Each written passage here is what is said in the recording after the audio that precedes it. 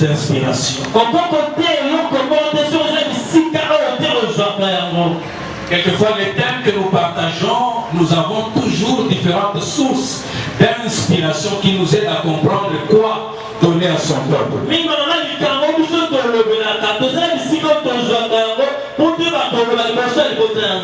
Et vous comprendrez que logiquement, je ne pouvais que m'inspirer sur l'événement qui va arriver bientôt à la deuxième partie du culte, à savoir la célébration, la bénédiction nuptiale du couple Platini Mobei et Tania Ninga.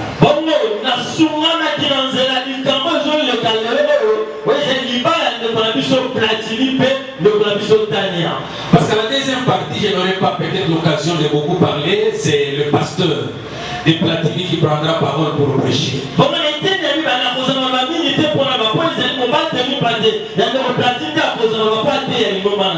tout de même me référer de ce bien-aimé, particulièrement le frère Platini, parce que c'est quelqu'un qui a commencé sous mes pieds, que ce soit sur le plan spirituel, que ce soit sur le plan de la vie, d'une manière générale, c'est quelqu'un que je connais très très bien.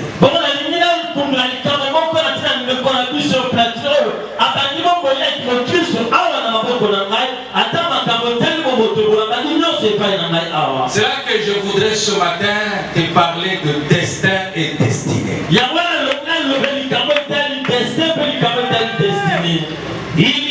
d'une part les destins qui marquent le parcours de notre vie. Qui ne peut en aucun cas annuler notre destin. Est-ce que tu peux dire après moi destin et destinée? Destin destiné. Deux mots qui ont des petits rapprochements, des petites nuances, mais dans le fond, il y a des petites différences entre ces deux mots.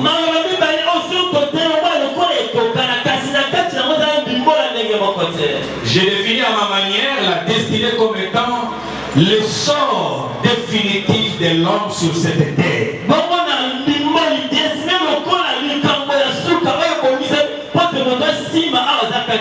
C'est à quoi nous sommes appelés à être, à devenir sur cette terre.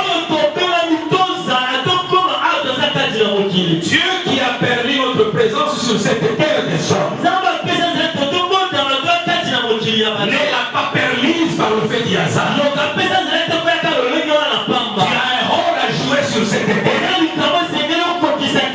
Tu es appelé à être quelqu'un. Ce quelqu'un-là dont tu es appelé à être, c'est ce qu'on appelle la destinée. C'est dans la préséance de Dieu qu'il a voulu que ma destinée soit également une destinée pastorale.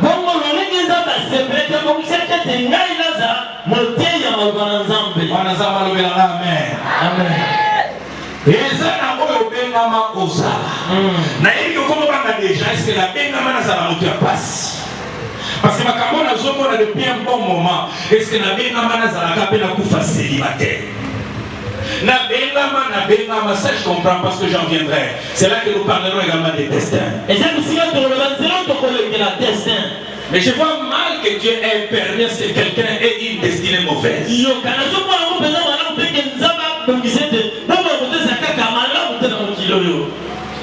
Est-ce que vous en avez bien? Très bien. Tu n'as qu'à ça vous en avez. La Bible dit dans Jérémie 29, le verset 10 à 11.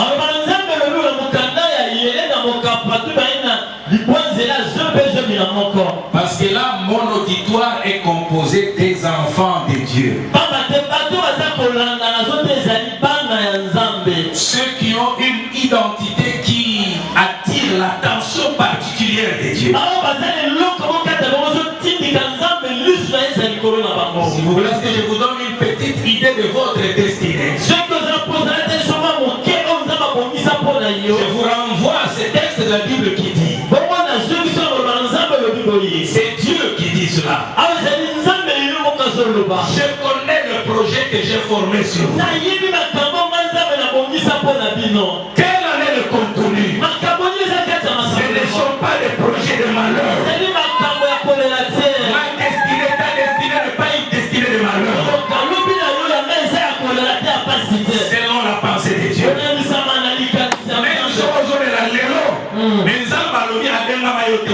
Yes. Même ceux qui vont pas qui s'aillent l'élo, mais Zamba benga yote okufa na bokwa qui sama. Voilà, je connais. Dieu connaît les projets qu'il a formés sur toi. Il résume que ce ne sont pas des projets de malheur, mais des projets de bonheur. Afin de te donner de l'avenir et de l'espoir. Pourquoi je forme pour toi des projets de bonheur? Parce que je vois ton avenir. Même s'il a des différences avec ton présent, Dieu qui voit ton avenir, ton lendemain, il voudrait te donner de l'espérance en formulant pour toi des projets de bonheur. Est-ce que ça nous montons de mettre des âmes comme ça un projet à bonheur? Merci Jésus-Christ. C'est à quoi je suis appelé à arriver. C'est comme une destination. Dans la pensée de Dieu, c'est une destination heureuse.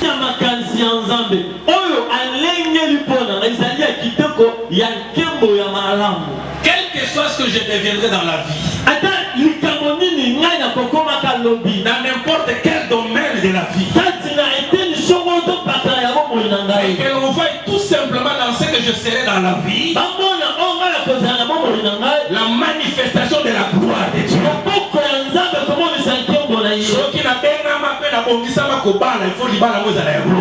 Yes. Na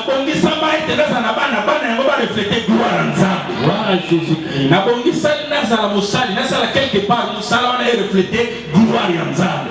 Dans tout ce que nous sommes appelés à être, Dieu veut à ce que cela reflète la destinée glorieuse. Je voudrais même qu'on lise un verset dans la Bible pour comprendre ce que c'est que la destinée.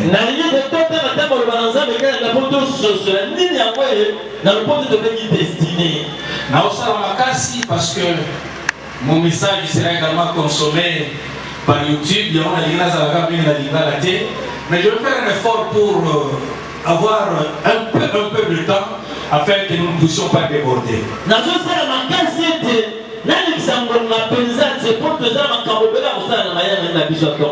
Genèse au chapitre 12, écoutez ce que Dieu dit à Abraham. Je te ferai.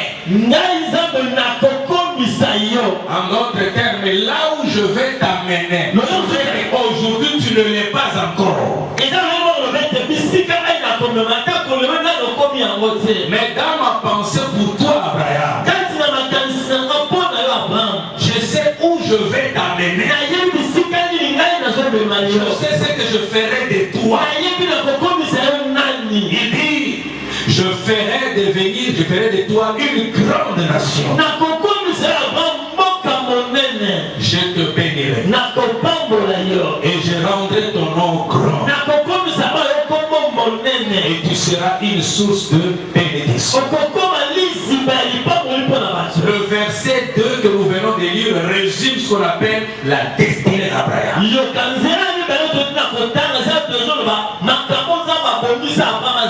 Ce que j'ai apprécié, c'est que notre destinée, parce que c'est Dieu qui a voulu, parce que nous prenions existence sur cette terre, notre destinée, c'est Dieu seul qui les détermine.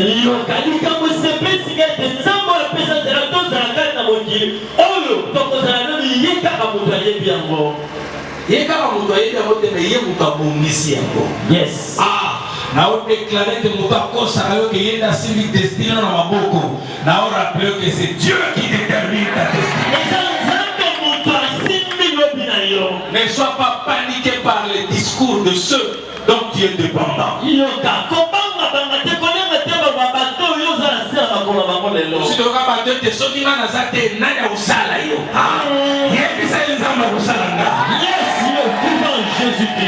Donc la destinée c'est comme une destination. Vous me permettez la tautologie.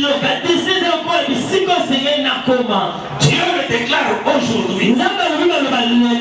Et la déclaration de Dieu me trouve dans un état, dans un statut. Mais au moins j'ai une idée de ma destinée. Je serai grand. Je serai une source de bénédiction. Je suis appelé à la grandeur. Dieu me l'a déclaré. Dieu m'a dit, tu as formé des projets meilleurs pour moi. Pour que j'ai de l'avenir et de l'espérance. Ça, c'est ce que j'entends. Il y a un chemin à parcourir pour entrer effectivement dans cette destinée.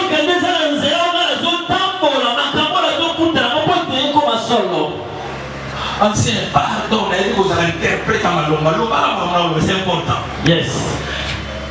Nayoki malomamo awa. Oyezo c'est la nazala, na koma. Mais là il va être na kokiko koma yango na ta mukuse. Mais na koma yango pe na mwata molo. Yes. Il y a un temps d'entrer dans sa destinée. Voilà pourquoi il y a ceux qui se marient un peu plus tôt. Mais il y a également ceux qui se marieront un peu plus tard. Chacun a son temps. L'essentiel est que la destinée est là. Chacun a son temps. Chacun a son tour.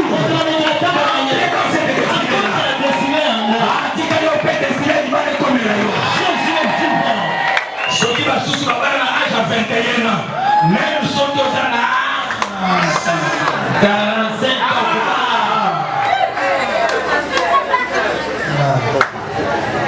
Amen. Attends la 40 tano pesa. Ya munila tano komi kolela de la terre. On a vu sur la ministère. Bible le la mission va voir. Église Anzam et subir comment dire ça. Le séjour des morts ne prévaudra point contre mon église. Mon dans la dimension de Kolanda lokola muninga te.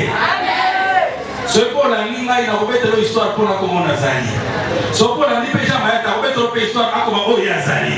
Nous tunamtazama ta. Est-ce que vous avez la solution? Si vous avez la solution, c'est destin. On va destin. Destin.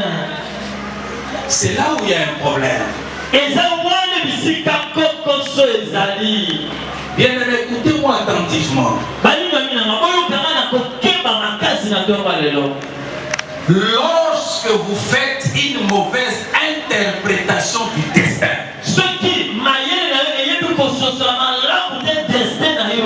vous risquez de retarder vous-même, de vous-même, votre entrée dans votre destinée.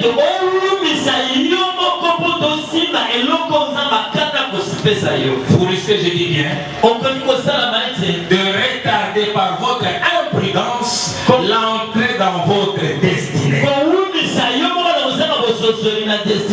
Ou encore, si vous faites une mauvaise lecture, une mauvaise interprétation du destin de la vie, vous risquez également de passer à côté de votre destin. Tout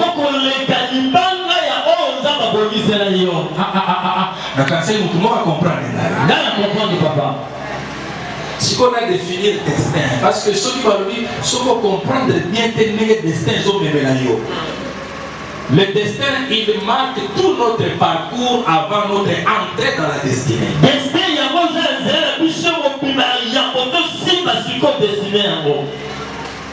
Je l'ai défini comme étant cette puissance mystérieuse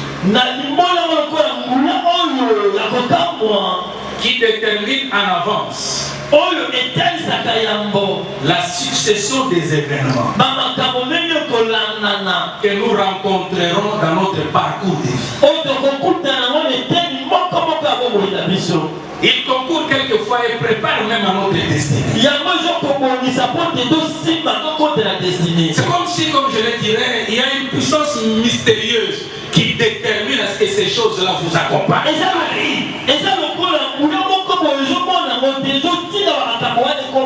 Vous n'avez pas la possibilité de maîtriser ces événements. Ils peuvent être fâcheux, ils peuvent être en bien comme en mal.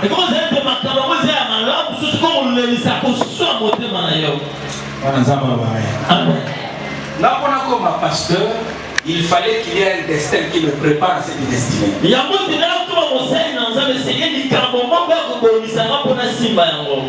Na par exemple noki na kanza sa loba ya ngwa na na classe mingi na itemo za pele moso na loti ti le lota ka ba classe na sa classe kuna sa section na kuna mikatra ka wa fo be nini bando to na ila rami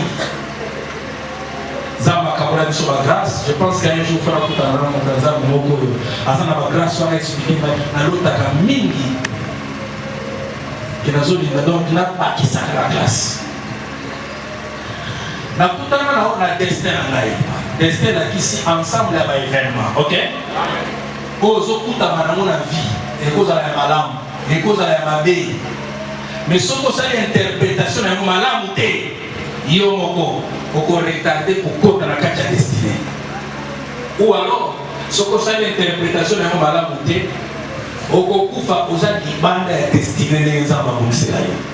et là, vous comprendrez que quoi qu'il y ait une destinée, mais nous avons une part de responsabilité, nous, pour notre entrée effective dans cette destinée.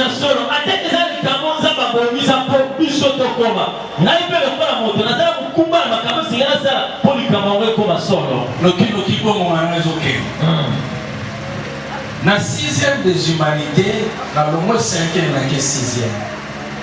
Mais quand les parents n'avaient quand même une bonne école. Et Nazareth quand même enfant chéri à ma professeur, ils ont compté beaucoup sur moi pour faire, pourquoi pas un lauréat, donc d'arriver à Moka. Mais, dans le destin, pendant 5e, 6e, on passe. na passe. J'ai dit bien la passe. Maintenant, ça vous êtes à ma corazon, à ma petit gombe, na qui n'a pas pied à retour. Shalom. Alors, quand au 6e, il faut la banda, né rentré à la carte.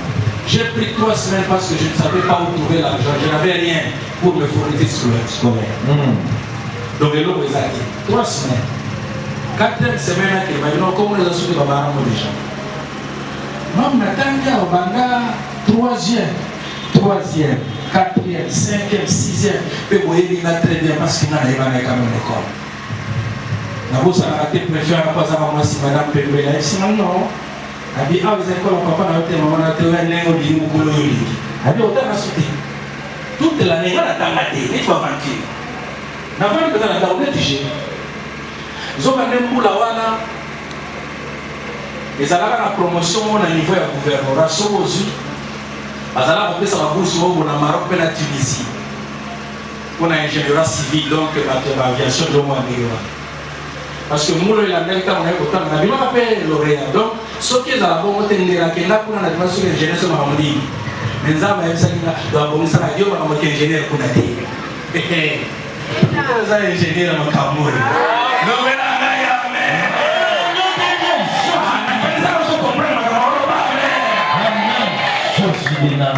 mais tant que combat dans le village, il y a un famille. Dans mon destin, il y avait des événements fâcheux, malheureux.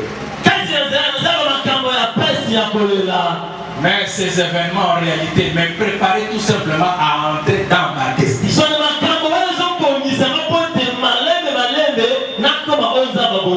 Ce n'est qu'un exemple pour comprendre ce qu'on appelle destin. Il y a des choses qui t'arrivent. Donc il est difficile à comprendre pourquoi ça m'arrive. Parce qu'il n'est pas encore là, permettez-moi que je donne un petit témoignage par rapport à Platine. Vous connaissez peut-être sa destinée entre guillemets aujourd'hui. Mais vous ne maîtrisez pas son destin. Je suis parmi les gens qui ont vu une partie de son destin. Comment on a eu qui m'a collé Platini à Yessera bon. Ça va venir.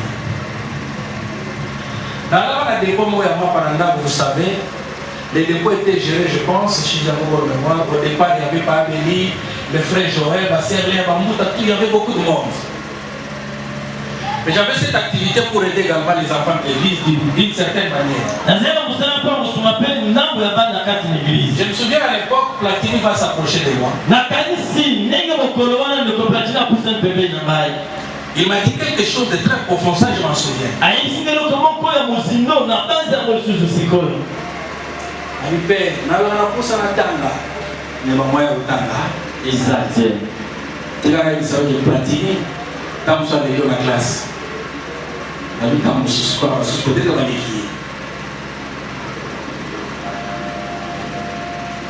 Asuki wana ka singa ipo to ala ko pesa banomba babaki babali ozobaki le côté na donc ba bomba ba pourcentage ali ko pesa na ta deka na debaki kutu ko ba pesa ina zai ko hésiter pas ba gérer ya yo pe ali ko pesa na ka de wana ko ba mama quartier pesa pesa o de ba vili bien debaki via beaucoup place où ta de ba te le lo platina bali avant ba tout ça.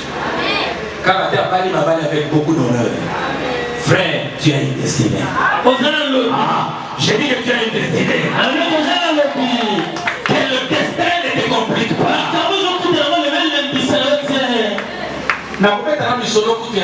Parce que moi, je platine évidemment, jusqu'à un certain moment, à quel point il y a des gens qui ont fait c'est la famille. Mais ce que je veux dire tout simplement, c'est que dans notre destin, si vous n'interprétez pas bien votre destin, tout celui-ci est marqué toujours d'événements fâcheux. Vous risquez, je disais, de passer à côté de votre destin. Parce qu'il y a des gens qui se sont suicidés.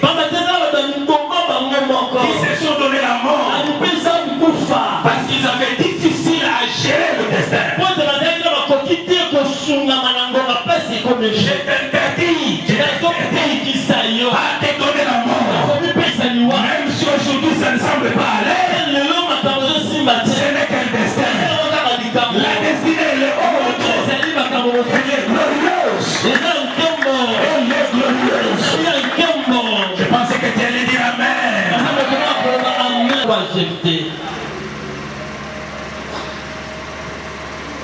Je dirais né avec défaut, entre guillemets. Le destin a permis à ce qu'un défaut soit collé à sa vie. Destin,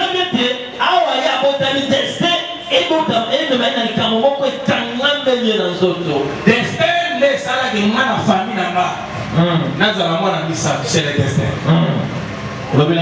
Amen. Mais destiné là-bas, vous avez la différence.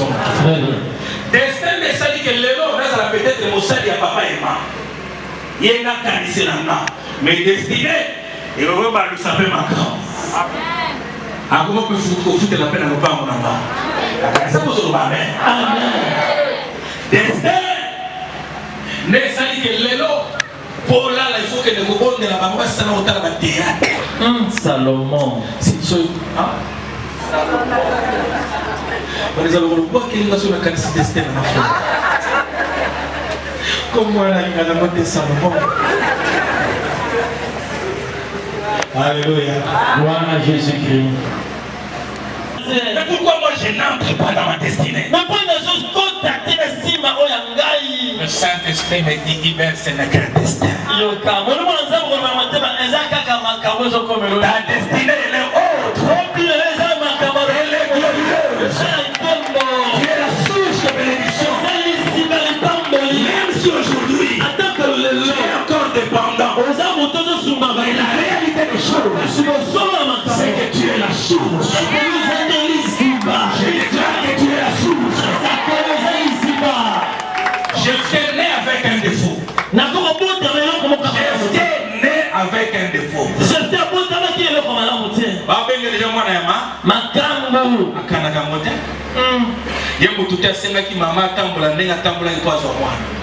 Mais destin, ça dit que déjà un défaut. Auquel est collée l'humiliation. Destin, ça dit que peut-être qu'il t'a côté selon entendement qui qu'on force à monter. Voilà les destins. Mais destiné, vous allez pas la pour les cabaos, vous cancellez pas ça qui tombe. La cancer vous comprenez le monde. Une mauvaise interprétation du destin, disais-je.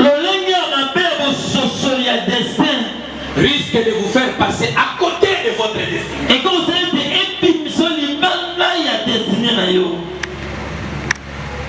abotamina défaut ana destin peut-être linga et permettant de te gagner la vie. C'est un destin. Batunyo sauté babenga mabatanga ebele. Tolobaki destin ça voir la puissance non mystérieuse na sima au moyen contrôler ngo. Et avance ba munenge olandela yo. Monsieur Zara mili mo mabete. Ma prière d'autorité nous tout ça la démos ah mana ça na kuna destin. Alléluia. Gloire à Jésus-Christ. Oui, vendredi. Il y avait un destin collé à la vie de Jephthé. Humilié. On l'insultait. On lui rappelait tous ses défauts. Qui incarnait son destin. Mais toujours le destin avait permis qu'il soit écarté de la maison. Écoutez encore, parce que dans le destin, il peut arriver que ce n'était pas le moment que tu avais voulu à ce que tu sois rejeté par ceux qui te semblaient être une parabole.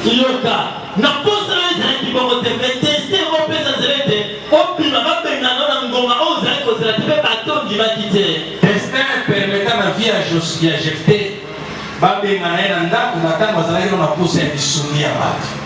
oui, je disais que le destin, quelquefois, prépare aussi notre entrée dans notre destinée. Il a fallu m'abénailler pour que plus tard Jephthé se découvre maintenant. À part mon défaut inné,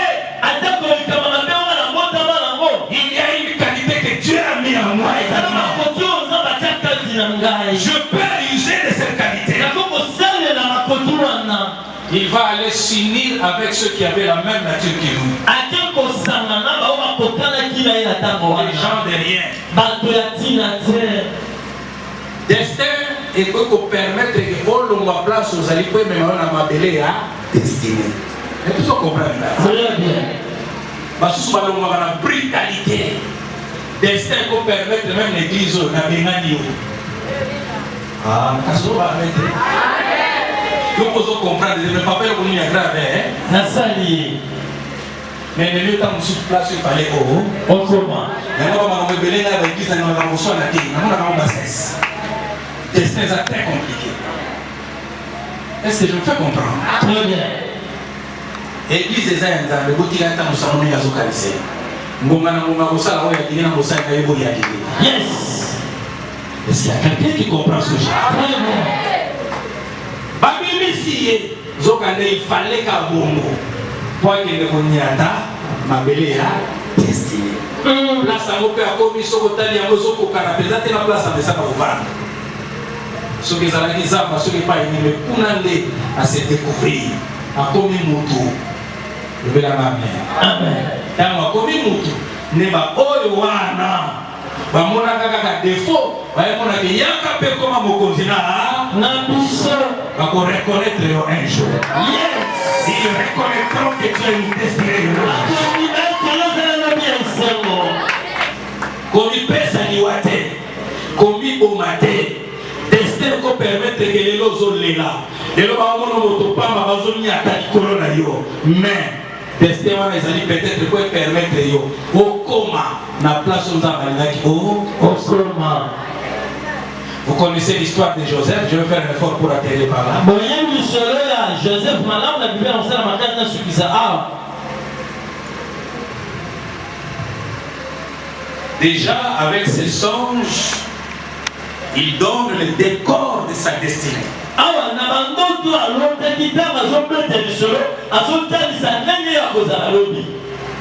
Vous allez lire ça dans le livre de Genèse. Donc, je disais, avec les songes qu'il avait de manière successive, vous allez lire ça dans Genèse 37. Lorsque vous lisez les versets 8 et 10, ce sont ses frères qui seront rejoints plus tard par leur père qui lui disent: est-ce que tu veux à ce que toi tu domines sur nous?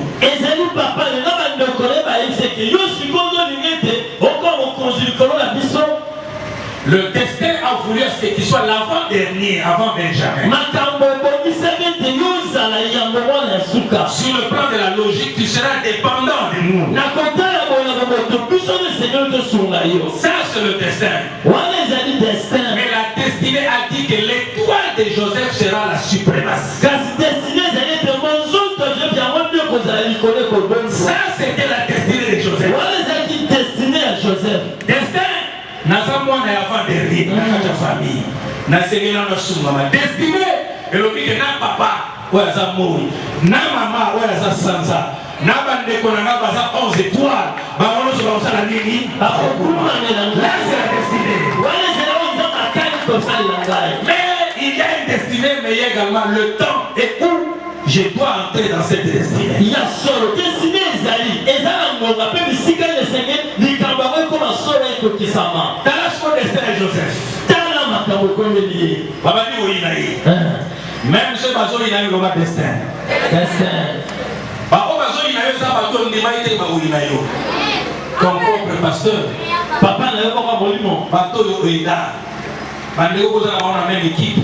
Na même église, bato ba to ngolo ba ko so ba makambo. Eza bato ko to ndima na te lo ba destin. Destin. kate destin wana. Yesu kawanete balutoro mwana akuba atali mwa. Ezana bato yo sepela ba momi ni lelo ba na yo zarate. Posa ba kwa kilo maladi. Posa ba kwa malibala wana. Posa ba kabona na papa. Alalo ba destin. Ka destin wana.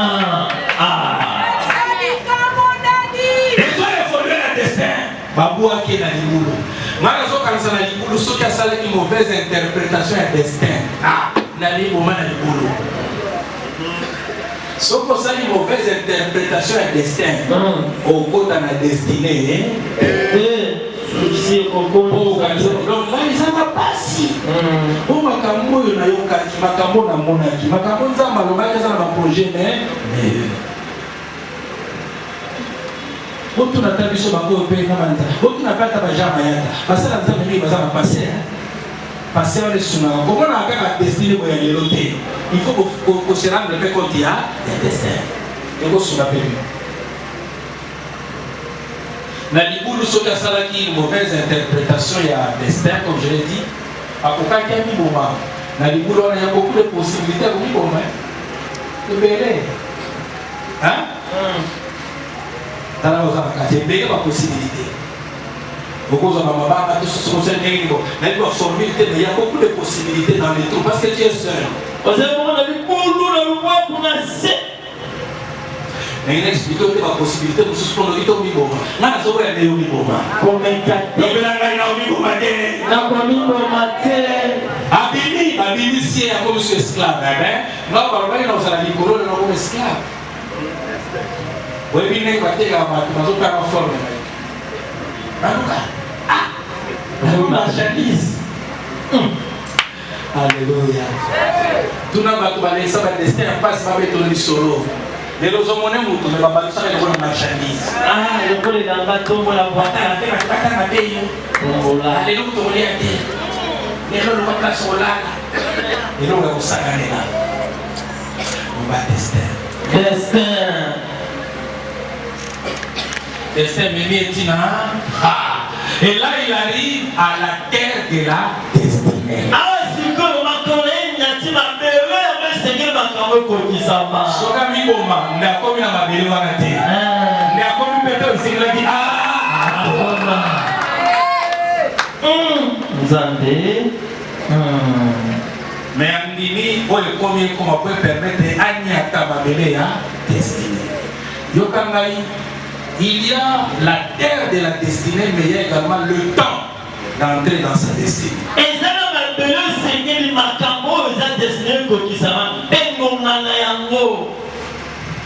tu peux entrer dans la terre de ta destinée. Il y a également le temps de ta destinée. C'est là que j'avais dit que nous pouvons avoir des destinées similaires, donc qui se rassemblent. Mais lui peut entrer un peu plus tôt dans sa destinée. Mais moi peut-être un peu plus tard. Joseph Azalaki étoile, l'oba étoile. Étoile. Soumana l'oba étoile. Étoile. Bande konaye 11 pe étoile, l'oba étoile. Étoile. Mais na bandoto papa na yazanani mori. Maman na ye Sanza. Alors bien alors tina sanza na ba étoile salini. Efuka melingai. Mais ça y a pas la fois passée. Il y a une notion que nous devons retenir. Les amis quand vous seigneur a wa to simba to sosola. Siko yo za étoile. Soko zaka a place Moïsa. Est-ce que étoile na Moïsa na même moment? Mo. Vous êtes d'accord là? Aussi longtemps père Azawana. Mais ça compliqué. Comment vous en place là-bas? Jamais. Logique à ma loi naturelle permettre à monter. Vous allez banda. Ce qu'on doit tous voir que la c'est ça le kuta. Non. Problème des amis. Celui là dit que toi n'a pas payé là. Ban l'outil à monter. N'a pas ma place Moïsa. Le bien là. Aussi longtemps moi ils ont payé là à la RTC. Nangongo car les États-Unis doivent bouter. On a étoile les ans nécessaires. Quel rêve! Souvent les étoiles n'avaient pas là. Parce que à moi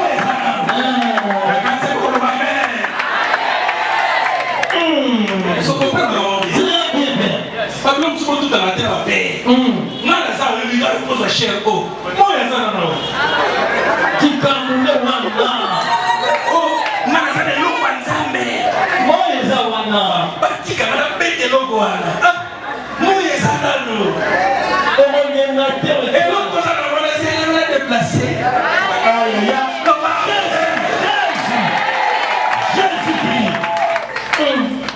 Il y a quand même un matinal place moins arrêté. Non, oui. Est-ce que vous avez compris? Très bien. Là, comment on était pas encore opéré à lycée? Et toi, l'aide maïwa. Matinal. Et c'est moi, il y a un temps. Et à la lundi. Je peux lundi et toi, le samedi. Les amis, c'est pas bien. Ah, moi, on ne va pas comprendre. Très bien. Merci, Saint-Esprit. Yo liga place Moïse. Moi il peut la dire moi. Voilà sur liga place Moïse ça la ozo la pera dai. Ah oui. Na pena beaucoup fait. Yes. Ya ozo kwa l'église epele ba kwa kwa na poisson. Ozano na étoile. Soko moni moninga na dawa na zupena moi étoile na etika ya bela. Nam si oza moyo opela kote mususu. Buka bwana kaka. Kuforsa ba makamte so ko forcer l'église koti makamte bele ko so ko pesa na kini. Na soni. Frère ça va? Amen. Voilà Jésus-Christ. Est-ce qu'on peut acclamer le Seigneur? Voilà le Dieu. Voilà le Saint-Esprit de Dieu. Voilà le Père de Jésus-Christ, le Dieu tout-puissant. Alors j'ai fini en disant le verset toujours dans Genèse 12 pour terminer.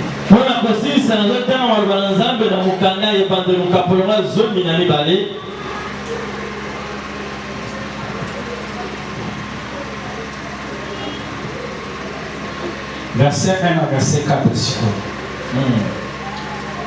L'Éternel avait dit à Abraham, va-t'en de ton pays et de ta parenté dans la maison de ton père, dans le pays que je te montrerai.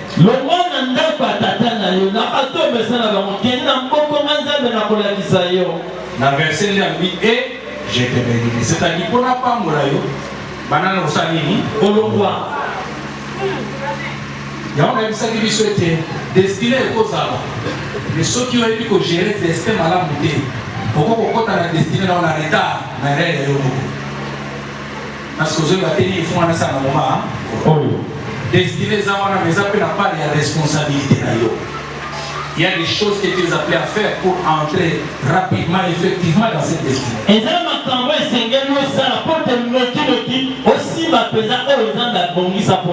Et au verset 4, il dit, et Abraham s'en alla.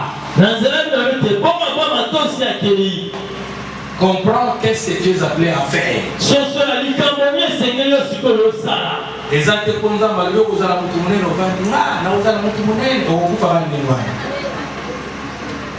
Bible lobi na Hébreu chapitre 11 si j'ai encore une bonne mémoire kezala bayiboyo bazalaka na bilaka ne bakufa bamona bokokisa bya bilaka wana parce que basala que c'est de ça. Destiné zali mais pour comment essayer yo ko samaka monzamba so zela yo accomplis ta part. Dernier verset, Deutéronome, chapitre 1, verset 6. L'Éternel, vous allez lire 6 et 7. L'Éternel, notre Dieu, nous a parlé à Horeb, disant, vous avez assez de veille dans cette montagne.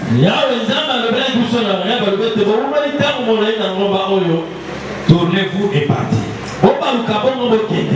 Israël avait une destinée lorsqu'il quitta l'Égypte. Destination Canaan. C'était leur destinée. La destinée d'Israël, ce n'était pas Égypte, là où il y avait beaucoup d'esclavage et de la souffrance. Mais dans leur parcours, Dieu constate qu'ils ont pris beaucoup de temps sans pour autant entrer en Canaan.